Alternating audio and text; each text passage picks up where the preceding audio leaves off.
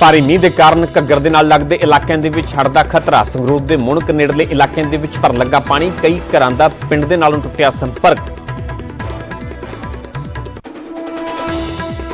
ਭਾਰੀ ਮੀਂਹ ਦੇ ਕਾਰਨ ਹਿਮਾਚਲ ਦੇ ਇਲਾਕਿਆਂ ਦੇ ਵਿੱਚ ਲੈਂਡਸਲਾਈਡ ਜਾਰੀ। ਸਿਰਮੌਰ ਤੋਂ ਖੌਫਨਾਕ ਤਸਵੀਰਾਂ ਆਈਆਂ ਸਾਹਮਣੇ। ਜਾਨੀ ਨੁਕਸਾਨ ਤੋਂ ਬਚਾਅ ਪਰ ਆਵਾਜਾਈ ਠੱਪ। सीबीएसई ने 10वीं के नतीजे किए जारी। 99% विद्यार्थी हुए पास। वैबसाइट से देखा जा सकता रिजल्ट। सरकार खिलाफ विरोधियों की मोर्चाबंदी जारी। राहुल की अगवाई च विरोधी आगुआं ने कढ़िया साइकिल मार्च। संसद में सरकार को घेरन की बनाई रणनीति। कांग्रेस भवन च मंत्रियों विधायकों का जुटना जारी। नवजोत सिंह सिद्धू की अगवाई च अहम बैठक जारी। आगामी चोणों को लैके किया जा रहा मंथन।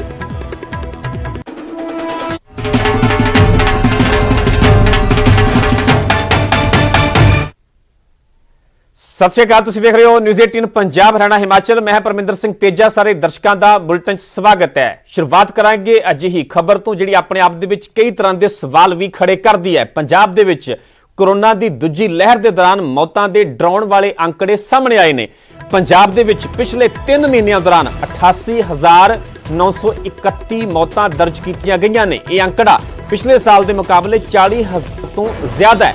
जेकर पिछले साल के अंकड़ियां ते नजर मारीए तो अप्रैल मई ते जून महीने दे विच कुल 48,834 मौतां दर्ज हुई सन, जबकि इस साल इन्हां 3 महीनों दे विच 88,931 मौतां दर्ज कीतियां गईयां ने। ये आंकड़े डायरैक्टर हैल्थ सर्विस दे वल्लों जारी किए गए हैं। पर दिलचस्प गल यह है कि पंजाब सरकार दे वल्लों कोरोना की दूजी लहर के दौरान मरण वालों की अधिकारिक गिणती 9,190 दसी गई है। अजे दे विच वड्डा सवाल यह पैदा होता है कि की सरकार दे वल्लों कोरोना दे नाल होईयां मौतां दे सही आंकड़े जारी नहीं किए गए।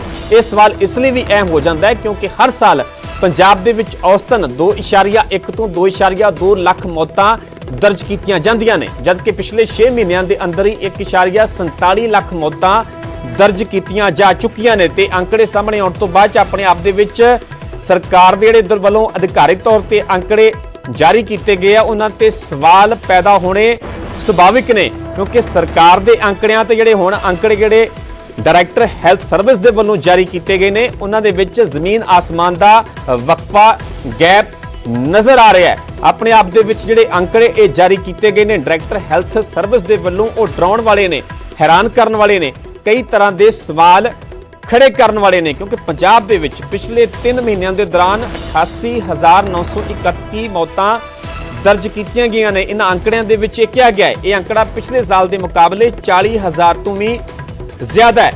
इस खबर से ज्यादा जानकारी लिए मेरे सहयोगी गौरव शुक्ला जुड़े हुए हैं। गौरव, अपने आप दे विच जिहड़े ये आंकड़े जारी किए ने डायरैक्टर हैल्थ सर्विस ने, अपने आप दे विच डराउण वाले ने, सवाल भी पैदा करते हैं कि एक पासे सरकार ने आंकड़े जारी किए पर इन्हां ते सरकार के आंकड़ियां दे विच जमीन आसमान का फर्क नजर आ रहा है। बिल्कुल परमिंदर, फर्क साफ तौर पर नजर आ रहा। फर्क कोई 200-400-500 का नहीं है, बल्कि 40,000 का सीधा बहुत वड्डी एक 40,000 का जिक्र होंदा है। देखो पिछले साल और इस साल दे विच वाले पहला तो मैं क्लीयर करा तुहानूं कि किहड़े महीने दा है। अप्रैल मई ते जून ये 3 महीनों के आंकड़े जिसका असीं जिक्र कर रहे हैं। ते अप्रैल दे विच की होया सी जदों सैकेंड वेव का असीं जिक्र करते हैं तो सैकेंड वेव अप्रैल के महीने दे विच एक तरीके नाल पीक दे उत्ते वधनी शुरू हुई है। अप्रैल के एंड दे विच जांदे जांदे मई के पहले हफ्ते देखो तुसीं तकरीबन सारियां पाबंदियां जिहड़ियां हैगियां ने पंजाब दे विच लग गईयां सी।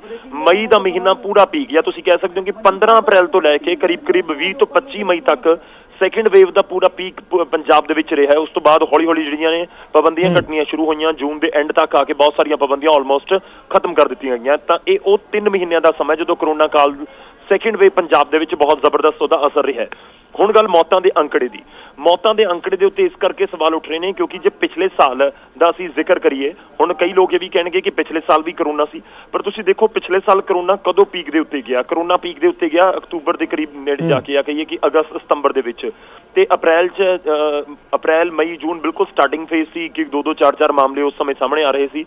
वो पीक नहीं सी, ये जरूर है कि मामले उस समय सामने आ रहे सी। डर बहुत सी लोगों के विच वाले उस समय लॉकडाउन भी लग्या होया सी। तां 2020 ते 2021 के आंकड़िਆਂ ਨੂੰ कंपेयर करने की कोशिश की गई है तो 40,000 का आंकड़े का फर्क है। जे असीं पंजाब सरकार दे वल्लों जो जारी किए गए आंकड़े मौतां दे ने कोविड की वजह दे नाल तां उहनां ओह हैगे ने तकरीबन 9,000 जी। तां ਤਾਂ ਵੀ ਬਹੁਤ ਵੱਡਾ ਇੱਕ ਅੰਕੜੇ ਦਾ ਫਰਕ ਆ ਰਿਹਾ ਹੈ। ਇਸ ਦੇ ਵਿੱਚ ਹੁਣ ਜੇ ਦੂਜੇ ਪਾਸੇ ਤੋਂ ਇਹਨੂੰ ਸੋਚਿਆ ਜਾਵੇ, ਕਿਉਂਕਿ ਬਹੁਤ ਸਾਰੀਆਂ ਖਬਰਾਂ ਜਦੋਂ ਬਿਲਕੁਲ ਕਰੋਨਾ ਪੀਕ ਦੇ ਉੱਤੇ ਸੀ ਤਾਂ ਉਸ ਸਮੇਂ ਇਸ ਤਰ੍ਹਾਂ ਪਿੰਡਾਂ ਦੇ ਵਿੱਚੋਂ ਸਾਹਮਣੇ ਆ ਰਹੀਆਂ ਸੀ ਕਿ ਕਈ ਪਿੰਡ ਵਾਲੇ ਹਸਪੀਟਲ ਨਹੀਂ ਜਾ ਰਹੇ, ਕਿਸੇ ਪਰਿਵਾਰ ਦੇ ਵਿੱਚ ਕੋਈ ਬਿਮਾਰ ਹੋਇਆ ਉਸ ਤੋਂ ਬਾਅਦ ਉਹਨਾਂ ਦੀ ਮੌਤ ਹੋ ਗਈ। ਬਹੁਤ ਸਾਡੇ ਕੋਈ ਕਰੀਬੀ ਵੀ ਹੈਗੇ ਨੇ, ਜਿਹੜੇ ਨੇੜੇ ਦੇ ਲੋਕ ਹੈਗੇ ਨੇ, ਉਹ ਵੀ ਪਿੰਡਾਂ ਦੇ ਵਿੱਚ ਜਾਣਨ ਵਾਲੇ, ਉਹਨਾਂ ਨੇ ਦੱਸਿਆ ਕਿ ਸਾਡੇ ਪਿੰਡ ਦੇ ਵਿੱਚ ਇਸ ਤਰ੍ਹਾਂ ਮੌਤ ਹੋਈ ਹੈ ਤੇ ਉਹਨਾਂ ਦੇ ਪਰਿਵਾਰ ਦੇ ਵਿੱਚ 2 ਮੌਤਾਂ ਹੋ ਗਈਆਂ। ਤਾਂ ਮੌਤ ਤਾਂ ਰਜਿਸਟਰਡ ਹੋਏਗੀ, ਕਿਉਂਕਿ ਮੌਤ ਤਾਂ ਤੁਸੀਂ ਜਿਸ ਪਰਿਵਾਰ ਦੇ ਨਾਲ ਇਹ ਭਾਣਾ ਵਾਪਰਦਾ ਉਸ ਨੂੰ ਡੈਥ ਸਰਟੀਫਿਕੇਟ ਲੈਣ ਜਾਣਾ ਪੈਂਦਾ ਹੈ। ਤਾਂ ਇੱਕ ਤਰੀਕੇ ਨਾਲ ਸਰਕਾਰ ਦੇ ਅੰਕੜੇ 'ਚ ਤਾਂ ਜੁੜ ਗਿਆ ਕਿ ਮੌਤ ਹੋਈ ਹੈ, ਪਰ ਮੌਤ ਹੋਈ ਕਿਵੇਂ ਇਹ ਨਹੀਂ ਜੁੜਿਆ। ਬਿਮਾਰੀ ਲਿਖ ਦਿੱਤੀ ਜਾਂ ਬਿਮਾਰ ਸੀ ਇਹ ਲਿਖ ਦਿੱਤਾ, ਪਰ ਕਰੋਨਾ ਤਾਂ ਨਹੀਂ ਲਿਖਿਆ ਨਾ। ਤਾਂ ਕਰੋਨਾ ਨਹੀਂ ਲਿਖਿਆ, ਇਸ ਕਰਕੇ ਉਹ ਕਰੋਨਾ ਦੇ ਵਿੱਚ ਤਾਂ ਕਾਊਂਟ ਨਹੀਂ ਹੋ ਰਿਹਾ। ਪਰ ਜੇ 40,000 ਦਾ ਫਰਕ ਆ ਰਿਹਾ ਔਰ ਕਰੋਨਾ ਦਾ ਪੀਕ ਪੂਰਾ ਟਾਈਮ ਸੀ, ਤਾਂ ਇਸ ਕਰਕੇ ਹੁਣ ਜਾ ਰਿਹਾ ਕਿ ਅੰਕੜੇ ਲੁਕੋਏ ਗਏ ਜਾਂ ਅੰਕੜੇ ਸੀ ਨਹੀਂ, ਜਾਂ ਅੰਕੜੇ ਜਿਹੜੇ ਦੱਸੇ ਗਏ ਉਹ ਗਲਤ ਨੇ, ਜਾਂ ਵਾਕਈ ਪੰਜਾਬ ਦੇ ਵਿੱਚ ਕਰੋਨਾ ਨੇ ਬਹੁਤ ਜ਼ਬਰਦਸਤ ਕਹਿਰ ਮਚਾਇਆ ਤੇ ਉਹ ਮੌਤਾਂ ਦੀ ਅੰਕੜਾ 40,000 ਦੇ ਨੇੜੇ ਪਹੁੰਚ ਗਿਆ। ਤੇ ਪੂਰੇ ਜਿਹੜੇ ਅੰਕੜੇ ਨੇ, ਇਹ ਪੂਰੀ ਜਿਹੜੀ ਖਬਰ ਹੈ, ਬਹੁਤ ਸਾਰੇ ਸਵਾਲ ਜ਼ਰੂਰ ਖੜੇ ਕਰ ਰਹੀ ਹੈ। ਪਰਮਿੰਦਰ ਗੌਰਵ ਭਾਈ, ਬਿਲਕੁਲ ਆਪਣੇ ਆਪ ਦੇ ਵਿੱਚ ਫਰਕ ਵਾਕਈ ਬਹੁਤ ਵੱਡਾ ਹੈ। ਇੱਕ ਪਾਸੇ 88,931 ਤੇ ਇੱਕ ਪਾਸੇ ਸਰਕਾਰ ਦੇ ਜਿਹੜੇ ਅਧਿਕਾਰਿਕ ਅੰਕੜੇ ਨੇ 9,190। ਜ਼ਮੀਨ ਆਸਮਾਨ ਦਾ ਫਰਕ ਕਿਹਾ ਜਾ ਸਕਦਾ ਹੈ। ਇਹ ਕੀ ਮੰਨਿਆ ਕੀ ਜਾਵੇ, ਕਿਉਂਕਿ ਅਕਸਰ ਅਜਿਹਾ ਹੁੰਦਾ ਹੈ ਕਿ ਕਿਤੇ ਨਾ ਕਿਤੇ ਸੂਬਾ ਸਰਕਾਰਾਂ ਨੂੰ ਇਸ ਗੱਲ ਦਾ ਡਰ ਹੁੰਦਾ ਹੈ ਕਿ ਜੇ ਜ਼ਿਆਦਾ ਅੰਕੜੇ ਸਾਹਮਣੇ ਆਉਂਦੇ ਨੇ ਤੇ ਕਿਤੇ ਸੂਬੇ ਦੀ ਜਿਹੜੀ ਸਿਹਤ ਵਿਵਸਥਾ ਉੱਤੇ ਸਵਾਲ ਖੜੇ ਹੁੰਦੇ ਨੇ, ਜਵਾਬਦੇਹੀ ਹੋਰ ਵੀ ਜ਼ਿਆਦਾ ਵੱਧ ਜਾਂਦੀ ਹੈ। ਇਹੀ ਕਿਤੇ ਨਾ ਕਿਤੇ ਇਹ ਵਜ੍ਹਾ ਮੰਨੀ ਜਾਵੇ, ਕਿਉਂਕਿ ਹੁਣ ਆਪਣੇ ਆਪ ਦੇ ਵਿੱਚ ਹੀ ਅੰਕੜੇ ਆਉਣ ਤੋਂ ਬਾਅਦ ਸਰਕਾਰ ਤੇ ਸਿਹਤ ਵਿਭਾਗ ਤੇ ਸਵਾਲ ਖੜੇ ਹੋਣੇ ਵੀ ਸੁਭਾਵਿਕ ਨੇ। ਬਿਲਕੁਲ ਤੁਸੀਂ ਕਹਿ ਸਕਦੇ ਹੋ। ਦੇਖੋ, ਦੋਵੇਂ ਚੀਜ਼ਾਂ ਜੋ ਮੈਂ ਪਹਿਲਾਂ ਵੀ ਜ਼ਿਕਰ ਕਰ ਰਿਹਾ ਸੀ, ਬਹੁਤ ਸਾਰੀਆਂ ਖਬਰਾਂ ਲਗਾਤਾਰ ਸਾਹਮਣੇ ਆਈਆਂ ਨੇ ਕਿ ਸ਼ਮਸ਼ਾਨ ਘਾਟ ਦੇ ਵਿੱਚ ਜਿਹੜੀਆਂ ਅਸਥੀਆਂ ਨੇ ਰੱਖਣ ਦੀ ਥਾਂ ਨਹੀਂ ਹੈ, ਸੰਸਕਾਰ ਦੀ ਥਾਂ ਨਹੀਂ ਹੈ। ਦਿੱਲੀ ਦੇ ਵਿੱਚ ਖਾਸ ਤੌਰ ਤੇ ਇਸ ਤਰੀਕੇ ਦੀਆਂ ਖਬਰਾਂ ਸਾਹਮਣੇ ਆ ਰਹੀਆਂ ਸੀ, ਪਰ ਆਪਾਂ ਪੰਜਾਬ ਦਾ ਜ਼ਿਕਰ ਕਰ ਰਹੇ ਹਾਂ। ਇੱਕ ਬਹੁਤ ਕਲੀਅਰ ਹੈ ਕਿ ਪੰਜਾਬ ਦੇ ਵਿੱਚ ਇਸ ਤਰੀਕੇ ਦੀਆਂ ਜ਼ਿਆਦਾ ਕੋਈ ਖਬਰਾਂ ਨਹੀਂ ਸੀ ਕਿ ਅਸੀਂ ਕਹੀਏ ਕਿ ਪੰਜਾਬ ਦੇ ਵਿੱਚ ਇਸ ਤਰੀਕੇ ਦੀ ਕੋਈ ਆ ਰਹੀ ਹੈ ਕਿ ਜਿੱਥੇ ਲਾਈਨਾਂ ਲੱਗੀਆਂ ਹੋਣ ਸੰਸਕਾਰ ਕਰਨ ਨੂੰ ਲੈ ਕੇ ਜਾਂ ਥਾਂ ਨਾ ਮਿਲ ਰਹੀ ਹੋਵੇ, ਕਿਉਂਕਿ ਵੱਡਾ ਸਟੇਟ ਹੈ ਪੰਜਾਬ, ਕਰੀਬ 12-13 ਪਿੰਡ ਹੈਗੇ ਨੇ। ਹਰ ਇੱਕ ਪਿੰਡ ਦੇ ਵਿੱਚ ਜਿਹੜਾ ਅਸੀਂ ਗੱਲ ਕਰੀਏ ਤਕਰੀਬਨ ਹਰ ਪਿੰਡ ਦੇ ਵਿੱਚ ਸ਼ਮਸ਼ਾਨ ਘਾਟ ਵੀ ਹੈਗਾ। ਉਹ ਇੱਕ ਅਲੱਗ ਇਸ਼ੂ ਹੈਗਾ। ਪਰ ਕਿ ਬਾਕੀ ਸਰਕਾਰ ਅੰਕੜੇ ਲੁਕੋ ਰਹੀ ਹੈ ਜਾਂ ਸਰਕਾਰ ਨੇ ਲੁਕਾਉਣ ਦੀ ਕੋਸ਼ਿਸ਼ ਕੀਤੀ ਗਈ ਹੈ, ਦੋਵੇਂ ਇਸ ਦੇ ਵਿੱਚ ਪੁਆਇੰਟ ਹੋ ਸਕਦੇ ਹਨ। ਜਦੋਂ ਤੱਕ ਸਰਕਾਰ ਅਫੀਸ਼ੀਅਲ ਤੌਰ ਦੇ ਉੱਤੇ ਨਹੀਂ ਬੋਲਦੀ, ਉਸ ਵੇਲੇ ਤੱਕ ਕੁਝ ਵੀ ਕਹਿਣਾ ਔਖਾ ਹੋਏਗਾ।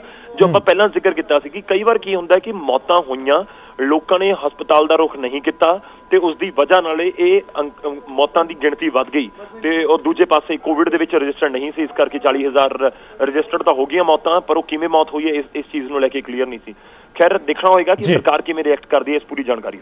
ਠੀਕ ਹੈ ਗੌਰਵ, ਫਿਲਹਾਲ ਦੀ ਪੂਰੀ ਜਾਣਕਾਰੀ ਤੁਹਾਡਾ ਬਹੁਤ ਬਹੁਤ ਧੰਨਵਾਦ। ਸੋ ਆਪਣੇ ਆਪ ਦੇ ਵਿੱਚ ਸਵਾਲ ਪੈਦਾ ਹੋਣੇ ਸੁਭਾਵਿਕ ਨੇ, ਕਿਉਂਕਿ ਜਿਹੜੇ ਅੰਕੜੇ ਡਾਇਰੈਕਟਰ ਹੈਲਥ ਸਰਵਿਸ ਦੇ ਵੱਲੋਂ ਜਾਰੀ ਕੀਤੇ ਗਏ ਨੇ ਕਿ ਪੰਜਾਬ ਦੇ ਵਿੱਚ ਪਿਛਲੇ 3 ਮਹੀਨਿਆਂ ਦੇ ਦੌਰਾਨ 88,931 ਮੌਤਾਂ ਦਰਜ ਕੀਤੀਆਂ ਗਈਆਂ ਨੇ। ਪਰ ਜੇਕਰ ਸਰਕਾਰ ਦੇ ਅਧਿਕਾਰਿਕ ਅੰਕੜਿਆਂ ਦੀ ਗੱਲ ਕੀਤੀ ਜਾਵੇ ਤਾਂ ਸਰਕਾਰ ਕਹਿੰਦੀ ਹੈ ਕਿ 9,190 ਜਿਹੜੀਆਂ ਦੂਜੀ ਲਹਿਰ ਕਰੋਨਾ ਦੀ ਦੂਜੀ ਲਹਿਰ ਦੇ ਦੌਰਾਨ ਮੌਤਾਂ ਹੋਈਆਂ ਨੇ। ਜ਼ਮੀਨ ਆਸਮਾਨ ਅੰਕੜਿਆਂ ਦੇ ਵਿੱਚ ਫਰਕ ਨਜ਼ਰ ਆ ਰਿਹਾ। ਤਾਂ ਹੁਣ ਦੇਖਣਾ ਹੋਵੇਗਾ ਕਿ ਇਸ ਤੋਂ ਬਾਅਦ ਸਰਕਾਰ ਦੇ ਵੱਲੋਂ ਸਿਹਤ ਵਿਭਾਗ ਦੇ ਵੱਲੋਂ ਕੀ ਸਪਸ਼ਟੀਕਰਨ ਦਿੱਤਾ ਜਾਂਦਾ ਹੈ।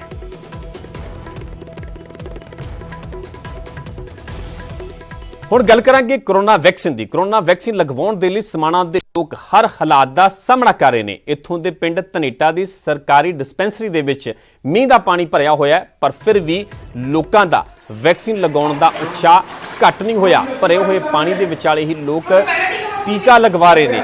ਸੋ ਆਪਣੇ ਆਪ ਦੇ ਵਿੱਚ ਤਸਵੀਰਾਂ ਖੁਦ ਬਿਆਨ ਕਰ ਰਹੀਆਂ ਨੇ। ਤਸਵੀਰਾਂ ਕਿਤੇ ਨਾ ਕਿਤੇ ਸਾਡੀ ਸਿਹਤ ਵਿਵਸਥਾ ਤੇ ਵੀ ਸਵਾਲ ਖੜੇ ਕਰਦੀਆਂ ਨੇ, ਪਰ ਨਾਲ ਹੀ ਇਹ ਤਸਵੀਰਾਂ ਵੀ ਬਿਆਨ ਕਰਦੀਆਂ ਨੇ ਕਿ ਜੇਕਰ ਵਾਕਈ ਸਾਡੇ ਦੇ ਵਿੱਚ ਇਸ ਗੱਲ ਨੂੰ ਲੈ ਕੇ ਉਤਸ਼ਾਹ ਹੈ ਜਾਂ ਸਾਡੇ ਦੇ ਵਿੱਚ ਕਿਤੇ ਨਾ ਕਿਤੇ ਵਿਲ ਪਾਵਰ ਹੈ ਕਿ ਅਸੀਂ ਵੈਕਸੀਨ ਲਗਵਾਉਣੀ ਹੀ ਲਗਵਾਉਣੀ ਹੈ, ਤਾਂ ਆਪਣੇ ਆਪ ਦੇ ਵਿੱਚ ਕੋਈ ਵੀ ਜਿਹੜੀ ਹੈ ਰੁਕਾਵਟ ਹੈ ਤੁਹਾਡੇ ਇਸ ਕੰਮ ਦੇ ਵਿੱਚ ਅੜਚਣ ਪੈਦਾ ਨਹੀਂ ਕਰ ਸਕਦੀ। ਪਾਣੀ ਪੂਰੀ ਤਰ੍ਹਾਂ ਇਸ ਡਿਸਪੈਂਸਰੀ ਦੇ ਵਿੱਚ ਭਰਿਆ ਹੋਇਆ ਹੈ, ਫਿਰ ਵੀ ਉੱਥੇ ਸਟਾਫ ਮੌਜੂਦ ਹੈ ਤੇ ਲੋਕ ਹਰ ਰੋਜ਼ ਦੀ ਤਰ੍ਹਾਂ ਉੱਥੇ ਜਾ ਕੇ ਵੈਕਸੀਨ ਲਗਵਾ ਰਹੇ ਨੇ। ਤਾਂ ਆਪਣੇ ਆਪ ਦੇ ਵਿੱਚ ਇੱਕ ਪ੍ਰੇਰਨਾ ਦਾ ਸਰੋਤ ਵੀ ਨਹੀਂ ਤਸਵੀਰਾਂ, ਪਰ ਨਾਲ ਹੀ ਸਾਡੀ ਵਿਵਸਥਾ ਤੇ ਵੀ ਸਵਾਲ ਖੜੇ ਕਰਦੀਆਂ ਨੇ ਕਿ ਡਿਸਪੈਂਸਰੀ ਦੇ ਹਾਲਾਤ ਇਸ ਮੀਂਹ ਦੇ ਮੌਸਮ ਦੇ ਵਿੱਚ, ਮਾਨਸੂਨ ਦੇ ਮੌਸਮ ਦੇ ਵਿੱਚ ਕਿਸ ਤਰ੍ਹਾਂ ਦੇ ਬਣੇ ਹੋਏ ਨੇ।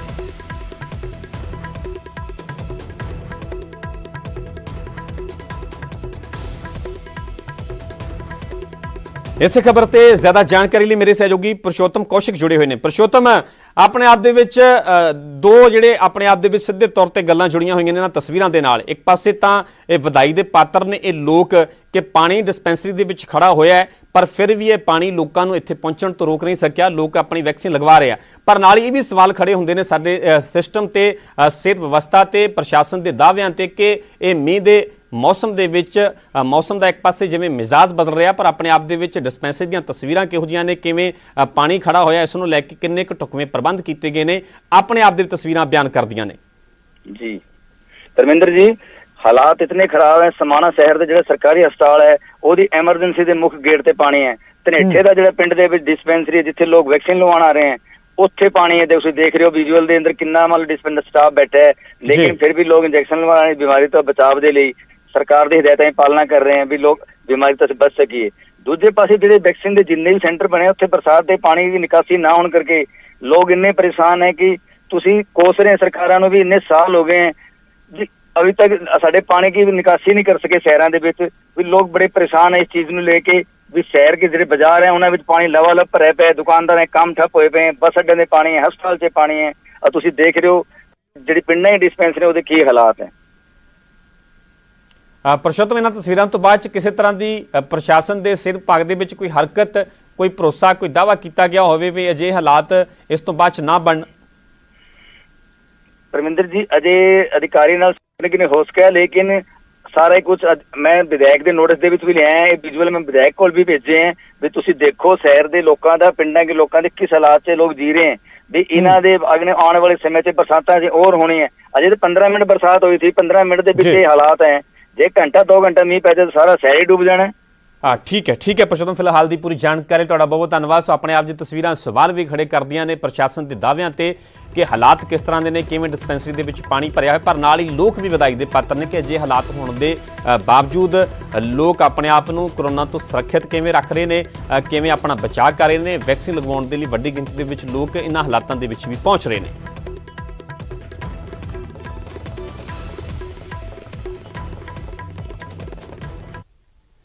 ਹੁਣ ਗੱਲ ਕਰਾਂਗੇ ਕਿਸਾਨਾਂ ਦੀ, ਕਿਸਾਨ ਆਗੂਆਂ ਦੀ ਤੇ ਨਾਲ ਹੀ ਸਿਆਸਤ ਦੀ।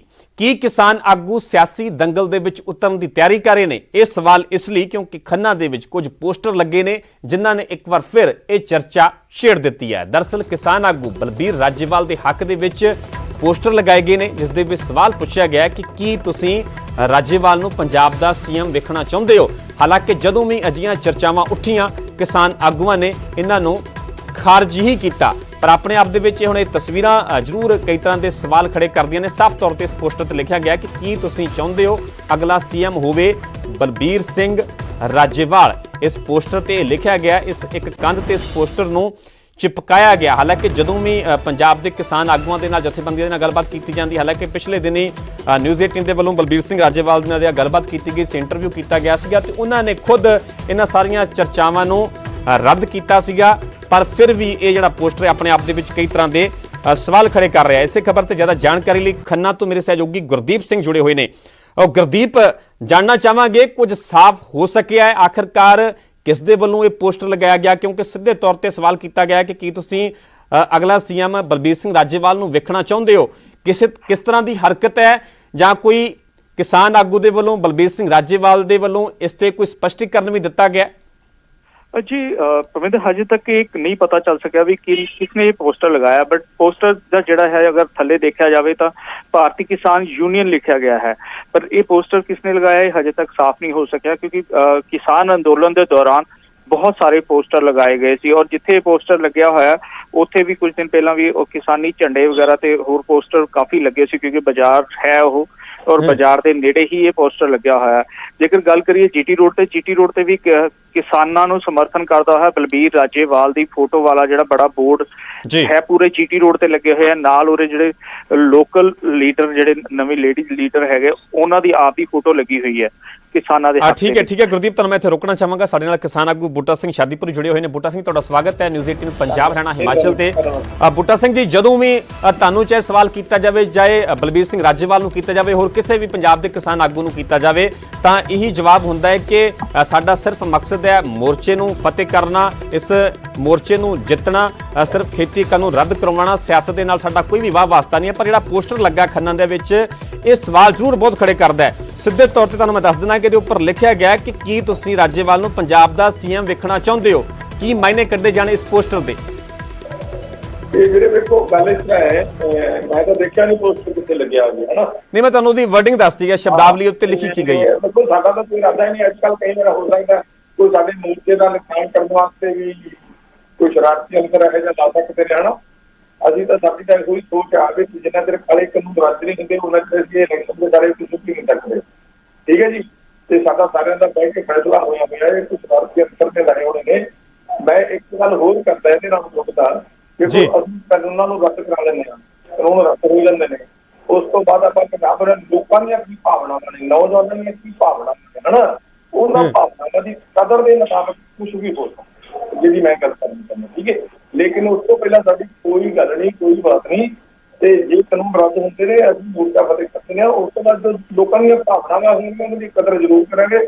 ਲੇਕਿਨ ਸਾਡਾ ਅੱਜ ਤੱਕ ਕੋਈ ਵੀ ਵਿਚਾਰ ਨਹੀਂ, ਇਹ ਕਿਸੇ ਸ਼ਰਾਰਤੀ ਅੰਸਰ ਦੇ ਦਿਮਾਗ ਦੀ ਕਾਢ ਹੋ ਸਕਦੀ ਹੈ ਵੀ ਪੋਸਟਰ ਲਾ ਕੇ ਇਹਨਾਂ ਨੂੰ ਇਸ ਪਾਸੇ ਨੂੰ ਬਦਨਾਮ ਕੀਤਾ ਜਾਵੇ ਕਿ ਇਹ ਤੇ ਇਲੈਕਸ਼ਨ ਲੜਦੇ ਚਾਹੁੰਦੇ ਨੇ, ਸੀਐਮ ਬਣਨਾ ਚਾਹੁੰਦੇ ਨੇ, ਕੋਈ ਡਿਪਟੀ ਸੀਐਮ ਬਣਨਾ ਚਾਹੁੰਦਾ। ਇਹ ਲੋਕਾਂ ਦਾ ਇਹ ਰਹੇ ਆ, ਜਦੋਂ ਕਿ ਸਾਡਾ ਕੋਈ ਵਿਚਾਰ ਨਹੀਂ ਹੈ। ਤੇ ਬੂਟਾ ਸਿੰਘ ਜੀ, ਇਹ ਸਵਾਲ ਹੋਰ ਵੀ ਉਸ ਵੇਲੇ ਅਹਿਮ ਹੋ ਜਾਂਦਾ ਹੈ। ਤੁਹਾਨੂੰ ਵੀ ਪਤਾ ਹੈ ਕਿ ਗੁਰਨਾਮ ਚੜੂਨੀ ਲਗਾਤਾਰ ਮਿਸ਼ਨ ਪੰਜਾਬ ਦੀ ਗੱਲ ਕਰੇ ਨੇ, ਅਜੇ ਵੀ ਆਪਣੇ ਸਟੈਂਡ ਤੇ ਕਾਇਮ ਨੇ, ਪਰ ਉਸ ਬਿਆਨ ਤੋਂ ਪੰਜਾਬ ਦੀਆਂ ਕਿਸਾਨ ਜਥੇਬੰਦੀਆਂ ਨੇ ਆਪਣੇ ਆਪ ਨੂੰ ਵੱਖ ਕਰ ਲਿਆ। ਇੱਕ ਹਫ਼ਤੇ ਲਈ ਉਹਨਾਂ ਨੂੰ ਸਸਪੈਂਡ ਤੱਕ ਕਰ ਦਿੱਤਾ। ਜਦੋਂ ਪੰਜਾਬ ਦੇ ਸਾਰੇ ਕਿਸਾਨ ਆਗੂ ਇੱਕੋ ਸੁਰ ਦੇ ਵਿੱਚ ਕਹਿਣ ਕਿ ਸਾਡਾ ਸਿਆਸਤ ਦੇ ਨਾਲ ਕੋਈ ਵਾਹ ਵਾਸਤਾ ਨਹੀਂ ਹੈ, ਸਾਡਾ ਸਿਰਫ ਫੋਕਸ ਜਿਹੜਾ ਉਹ ਦਿੱਲੀ ਮੋਰਚੇ ਤੇ ਹੈ, ਫਿਰ ਜਦੋਂ ਅਜਿਹੇ ਪੋਸਟਰ ਲੱਗਦੇ ਨੇ ਫਿਰ ਸਵਾਲ ਤਾਂ ਜ਼ਰੂਰ ਬਣਦਾ ਹੈ ਨਾ। ਇਸੇ ਕਰਕੇ ਅਸੀਂ ਤੁਹਾਨੂੰ ਵੀ ਇਹ ਸਵਾਲ ਕਰ ਰਹੇ ਹਾਂ। ਮੈਂ ਤੁਹਾਡੀ ਗੱਲ ਨਾਲ ਸਹਿਮਤ ਹਾਂ, ਸਵਾਲ ਬਣਦਾ ਹੈ, ਪਰ ਮੈਨੂੰ ਇਹ ਲੱਗਦਾ ਕਿ ਇਹਦੇ ਵਿੱਚ ਕੋਈ ਸ਼ਰਾਰਤੀ ਅੰਸਰ ਵੀ ਹੋ ਸਕਦਾ ਹੈ ਵੀ ਇੱਕ ਬੰਨੇ ਇਹ ਸਾਨੂੰ ਬਦਨਾਮ ਕਰਨ ਵਾਸਤੇ, ਵੀ ਇੱਕ ਬੰਨੇ ਇਹ ਗੱਲ ਕਰਦੇ ਨੇ ਅਸੀਂ ਇਲੈਕਸ਼ਨ ਨਹੀਂ ਲੜਨੀ, ਦੂਜੇ ਬੰਨੇ ਇਹੋ ਜਿਹੇ ਪੋਸਟਰ ਲਵਾ ਰਹੇ ਨੇ। ਠੀਕ ਹੈ ਜੀ, ਇਸ ਕਰਕੇ ਕਈ ਗੱਲਾਂ ਜੋ ਨਿਕਲਦੀਆਂ ਨੇ, ਜਦੋਂ ਕਿ ਸਾਡਾ ਕੋਈ ਇਰਾਦਾ ਨਹੀਂ ਹੈਗਾ ਜਿੱਦਣ ਇਲੈਕਸ਼ਨ ਦਾ ਕੋਈ ਪ੍ਰੋਗਰਾਮ ਹੈ ਤਾਂ ਦੂਜਾ ਉਹ ਵੀ ਲੋਕਾਂ ਦੀਆਂ ਭਾਵਨਾਵਾਂ ਦੀ ਕਦਰ ਹੋਊਗੀ। ਤੇ ਲੋਨੀ ਸਾਹਿਬ ਨੇ ਤੁਸੀਂ ਗੱਲ ਕੀਤੀ ਹੈ ਤੇ ਲੋਨੀ ਸਾਹਿਬ ਦਾ ਵੀ ਬਾਅਦ ਚ ਗੱਲ ਹੈ ਕਿ ਗੱਲ ਨਾਲ ਲੋਕਾਂ ਨੇ ਕੀਤੀ ਹੈ ਕਿ ਮੇਰੀ ਰਹਿਣੀ ਲੋਕਾਂ ਦੀਆਂ ਭਾਵਨਾਵਾਂ ਨੇ। ਕਿ ਅਸੀਂ ਵੀ ਜਾਣਦੇ ਹਾਂ ਜਦੋਂ ਪੰਜਾਬ ਆਉਂਦੀਆਂ ਲੋਕ ਇਹ ਗੱਲਾਂ ਕਰਦੇ ਨੇ ਕਿ ਇਲੈਕਸ਼ਨ ਲੜਨੀ ਚਾਹੀਦੀ ਹੈ। ਮੈਂ ਕਹਿੰਦਾ ਜਿੰਨਾ ਚਿਰ ਅਸੀਂ ਇਹ ਮੋਰਚਾ ਫਤਿਹ ਨਹੀਂ ਕਰਦੇ ਉਹਨਾਂ ਚਿਰ ਅਸੀਂ ਜ਼ਿਕਰ ਨਹੀਂ ਕਰਦੇ ਕਿਸੇ ਕਾਨੂੰਨ ਦਾ। ਅਗਰ ਉਸ ਤੋਂ ਬਾਅਦ ਜੇ ਲੋਕ ਕਹਿਣਗੇ, ਲੋਕਾਂ ਦੇ ਕਹਿਣ ਦੇ ਮੁਤਾਬਕ ਹੀ ਇਹਦੇ ਵਿੱਚ ਹੋਣਾ, ਪੰਜਾਬ ਲਾ ਲਓ ਚਾਹੇ ਹਿੰਦੁਸਤਾਨ ਤੋਂ ਲਾ ਲਓ, ਜੋ ਲੋਕਾਂ ਦੀਆਂ ਭਾਵਨਾਵਾਂ ਨੇ ਉਹਨਾਂ ਦੀ ਕਦਰ ਕਰਨੀ ਪਊਗੀ ਤੁਹਾਨੂੰ। ਠੀਕ ਹੈ ਬੂਟਾ ਸਿੰਘ, ਤੁਹਾਡਾ ਬਹੁਤ ਬਹੁਤ ਧੰਨਵਾਦ, ਤੁਸੀਂ ਸਾਡੇ ਨਾਲ ਜੁੜੇ। ਹਾਲਾਂਕਿ ਬੂਟਾ ਸਿੰਘ ਸ਼ਾਦੀਪੁਰ ਜੀ ਇਹ ਕਹਿ ਰਹੇ ਨੇ ਕਿ ਇਹ ਕਿਸੇ ਦੀ ਕੋਈ ਸ਼ਰਾਰਤ ਹੋ ਸਕਦੀ ਹੈ, ਇਸ ਅੰਦੋਲਨ ਨੂੰ ਕਿਸਾਨਾਂ ਨੂੰ ਬਦਨਾਮ ਕਰਨ ਦੀ ਕੋਈ ਸ਼ਰਾਰਤ ਹੋ ਸਕਦੀ ਹੈ, ਪਰ ਜਿਹੜਾ ਖੰਨੇ ਦੇ ਵਿੱਚ ਪੋਸਟਰ ਲੱਗਾ ਹੈ ਸਵਾਲ ਆਪਣੇ ਆਪ ਦੇ ਵਿੱਚ ਜ਼ਰੂਰ ਖੜਾ ਕਰਦਾ ਹੈ। ਕਿਉਂਕਿ ਜਦੋਂ ਵੀ ਪੰਜਾਬ ਦੇ ਕਿਸਾਨ ਆਗੂਆਂ ਨੂੰ ਇਹ ਸਵਾਲ ਕੀਤਾ ਜਾਂਦਾ, ਹਾਲਾਂਕਿ ਪਿਛਲੇ ਦਿਨ ਹੀ ਬਲਬੀਰ ਸਿੰਘ ਰਾਜੇਵਾਲ ਦੇ ਨਾਲ ਵੀ ਨਿਊਜ਼ 18 ਦੇ ਵੱਲੋਂ ਖਾਸ ਗੱਲਬਾਤ ਕੀਤੀ ਗਈ ਸੀ। ਉਹਨਾਂ ਨੇ ਅਜਿਹੀਆਂ ਸਾਰੀਆਂ ਚਰਚਾਵਾਂ ਨੂੰ, ਅਜਿਹੀਆਂ ਸਾਰੀਆਂ ਖਬਰਾਂ ਨੂੰ ਪੂਰੀ ਤਰ੍ਹਾਂ ਰੱਦ ਕੀਤਾ ਸੀਗਾ, ਪਰ ਇਹ ਪੋਸਟਰ ਲੱਗਿਆ ਗਿਆ ਜਿਸ ਤੇ ਸਾਫ਼ ਤੌਰ ਤੇ ਲਿਖਿਆ ਗਿਆ ਹੈ ਕਿ ਕੀ ਤੁਸੀਂ ਰਾਜੇਵਾਲ ਨੂੰ ਪੰਜਾਬ ਦਾ ਸੀਐਮ ਵੇਖਣਾ ਚਾਹੁੰਦੇ ਹੋ। ਥੱਲੇ ਨਾਲ ਹੀ ਲਿਖਿਆ ਗਿਆ ਪ੍ਰਧਾਨ ਵੀ ਲਿਖਿਆ ਗਿਆ, ਪ੍ਰਧਾਨ ਭਾਰਤੀ ਕਿਸਾਨ ਯੂਨੀਅਨ ਤੇ ਉੱਪਰ ਲਿਖਿਆ ਗਿਆ ਕੀ ਤੁਸੀਂ ਚਾਹੁੰਦੇ ਹੋ ਅਗਲਾ ਸੀਐਮ ਹੋਵੇ ਬਲਬੀਰ ਸਿੰਘ ਰਾਜੇਵਾਲ।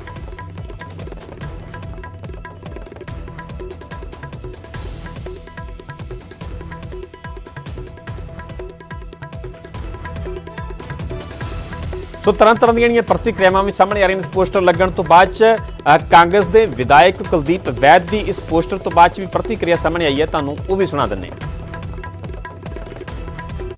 ਦੇਖੋ, ਕਨਸਟੀਟਿਊਸ਼ਨ ਆਫ ਇੰਡੀਆ ਦੇ ਵਿੱਚ ਹਰ ਇੱਕ ਜਿਹੜਾ ਭਾਰਤੀ ਹੈ ਉਹ ਇਲੈਕਸ਼ਨ ਲੜ ਸਕਦਾ ਹੈ। ਉਹਦੀ ਕੁਆਲੀਫਿਕੇਸ਼ਨ ਹੈ ਕਿ ਐਮਐਲਏ ਦੀ ਇਲੈਕਸ਼ਨ ਤੇ ਐਮਪੀ ਦੀ ਇਲੈਕਸ਼ਨ ਲਈ ਘੱਟੋ ਘੱਟ 25 ਸਾਲ ਉਮਰ ਚਾਹੀਦੀ ਹੈ।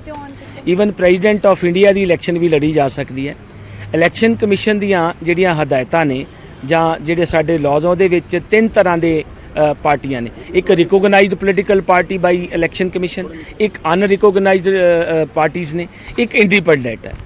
ਸੋ ਹਰ ਇੱਕ ਬੰਦੇ ਨੂੰ ਆਜ਼ਾਦੀ ਹੈ, ਉਹ ਭਾਰਤ ਦੇ ਸੰਵਿਧਾਨ ਦੇ ਮੁਤਾਬਕ ਇਲੈਕਸ਼ਨ ਲੜ ਸਕਦਾ ਹੈ। ਤੇ ਜੇ ਰਾਜੇਵਾਲ ਸਾਹਿਬ ਦੇ ਪੋਸਟਰ ਲੱਗੇ ਨੇ, ਚੰਗੀ ਗੱਲ ਹੈ। ਸਰ ਰਾਜੇਵਾਲ ਸਾਹਿਬ ਕਿਉਂ ਨਹੀਂ ਇਲੈਕਸ਼ਨ ਲੜ ਸਕਦੇ? ਕਿਸਾਨ ਜਥੇਬੰਦੀਆਂ ਕਿਉਂ ਨਹੀਂ ਇਲੈਕਸ਼ਨ ਲੜ ਸਕਦੀਆਂ? ਬਿਲਕੁਲ ਲੜ ਸਕਦੀਆਂ ਨੇ।